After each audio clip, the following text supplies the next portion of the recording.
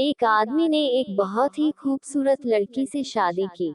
शादी के बाद दोनों की जिंदगी बहुत प्यार से गुजर रही थी।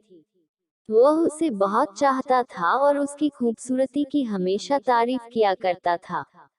लेकिन कुछ महीनों के बाद लड़की चर्मरोग स्किन डिजीज से ग्रसित हो गई और धीरे धीरे उसकी खूबसूरती जाने लगी। खुद को इस तरह देख उसके मन में डर समाने लगा कि यदि वह बदसूरत हो गई, तो उसका पति उससे नफरत करने लगेगा और वह उसकी नफरत बर्दाश्त नहीं कर पाएगी। इस बीच एक दिन पति को किसी काम से शहर से बाहर जाना पड़ा।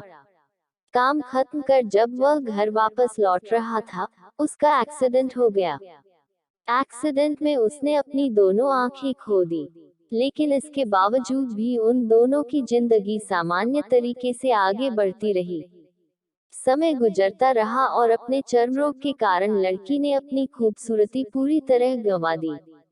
वह बदसूरत हो गई, लेकिन अंधे पति को इस बारे में कुछ भी पता नहीं था। इसलिए इसका उनके खुशहाल विवाहित जीवन पर कोई प्रभाव नहीं पड़ा। वह उसे उसी तरह प्यार करता रहा। एक दिन उस लड़की की मौत हो गई। पति अब अकेला हो गया था। वह बहुत दुखी था।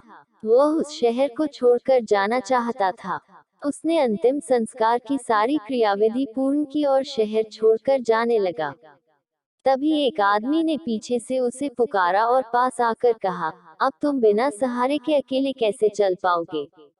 इतने साल तो तुम्हारी पत्नी तुम्हारी मदद किया करती थी। पति ने जवाब दिया, दोस्त, मैं अंधा नहीं हूँ। मैं बस अंधा होने का नाटक कर रहा था।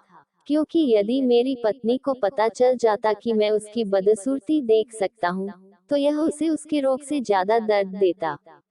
इसलिए मैंने इतने साल अंधे होने का दिखावा किया।